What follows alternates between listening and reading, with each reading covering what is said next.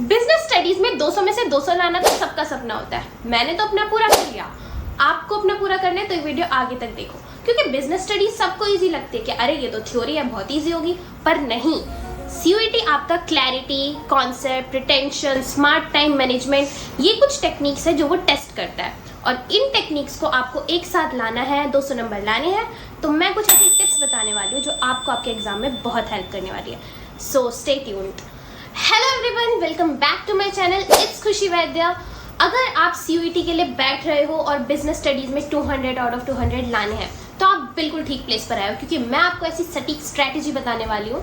और मैं ऐसा क्यों बोल रही हूँ, क्योंकि मेरे आए थे एंड आई बिलीव कि आपके भी आ सकते हैं। सो इस वीडियो में आगे तक बने रहिए।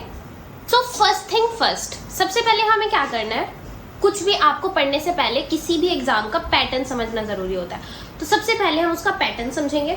उस पैटर्न के लिए सबसे पहले क्या चीज होती है कि सीयूईटी के अंदर 40 क्वेश्चंस होते हैं जो आपको करने होते हैं। वैसे 50 होते हैं, बट उनमें से 40 आपको अटेम्प्ट करने होते हैं। Every question carries 5 marks each. So 40 question आपको करने हैं, हर क्वेश्चन के 5 मार्क्स होते हैं। तो टोटल आपका 200 नंबर का पेपर होता है, ठीक है। तो उस 200 नंबर के पेपर में से आपको 200 में से 200 लाने हैं। क्या करना है, 40 के 40 आपको क्वेश्चंस करने हैं 5 नंबर के पूरे, तब आपके 200 नंबर आ पाएंगे। और इसके अंदर नेगेटिव मार्किंग होती है, तो हमें उस हिसाब से भी अपनी स्ट्रेटेजी को बनाना पड़ेगा। NCERT is your Holi book.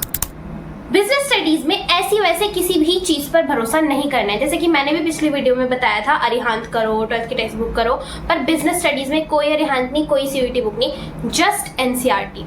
NCERT को मास्टर कर लो, उसकी एक एक लाइन ऐसे रीड करनी है कि घोल के उसे पी जाओ। एक एक हाईलाइट करो, उसके अंदर की टर्म्स को हाईलाइट करो, शॉर्ट नोट्स बनाओ, एक पेज पे समरी बना लो और उससे पढ़ो। उस रिवाइज करते टाइम उससे पढ़ो। जो प्रोसेसेस होते हैं उसके फ्लो चार्ट्स बनाओ, टेबल्स बनाओ। तो इस तरीके से आपको एनसीईआरटी को मास्टर करना है।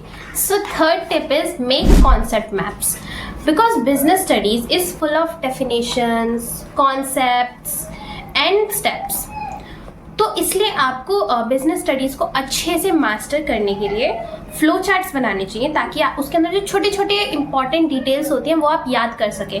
जस्ट लाइक स्टाफिंग का कॉन्सेप्ट और प्लानिंग का कॉन्सेप्ट, या प्लानिंग का प्रोसेस, स्टाफिंग प्रोसेस, डायरेक्टिंग का प्रोसेस। तो जो ये प्रोसेस वाले क्वेश्चन है ये बहुत ज़्यादा आते हैं सीयूईटी में, तो आपको उनका ध्यान रखना है, उनके ऐसे फ्लो चार्ट्स बना लेना है, ताकि एग्जाम से पहले आप एक बार उनको देखो और आपको सब कुछ रिवाइज हो जाए, ठीक है। और ये फंक्शंस ऑफ मैनेजमेंट हो गया, जैसे स्टेप्स इन प्लानिंग हो गया। तो ये चीज़ें जो है ना आपको हेल्प करेंगी to revise faster. Now the fourth tip is practice MCQ everyday. जैसा कि आप जानते हैं कि सीयूईटी फुली एमसीक्यू पेपर होता है, नो सब्जेक्टिव। तो उसके लिए आपको हर चैप्टर खत्म करते ही, जैसे आप एक चैप्टर खत्म कर रहे हो बिजनेस में, तो उसके एमसीक्यू लगाना स्टार्ट कर दो। उसके लिए आप सीयूईटी ओरिएंटेड बुक्स खरीद सकते हैं, जैसे कि अरिहंत मैंने बताया था पिछली बार, वो, या फिर जो मर्जी, या फिर फ्री रिसोर्सेज भी होते हैं ऑनलाइन, उनको आप यूज कर सकते हैं।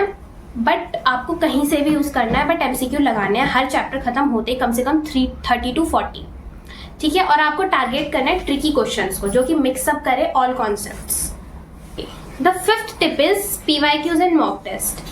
Previous year questions and full length mock test regularly आपको लगाने हैं, ठीक है। एम करना है कि एक हफ्ते में कम से कम 3 फुल लेंथ मॉक टेस्ट लगने ही लगने चाहिए, और बिफोर सीयूईटी। और सीयूईटी और मॉक टेस्ट लगाते टाइम आपको ये याद रखना है कि कोई भी डिस्ट्रैक्शन और कोई भी ब्रेक्स नहीं होने चाहिए। फुल एग्जाम हॉल वाला माहौल होना चाहिए, तभी आपकी वो एग्जाम वाली प्रैक्टिस हो पाएगी, ठीक है। और आप ये मॉक टेस्ट और प्रीवियस ईयर क्वेश्चन किसी भी बुक में ढूंढ सकते हैं, जैसे कि सीयूईटी ओरिएंटेड बुक्स होती हैं, नहीं तो फुल फ्री ऑनलाइन रिसोर्सेज भी होते हैं काफ़ी सारे।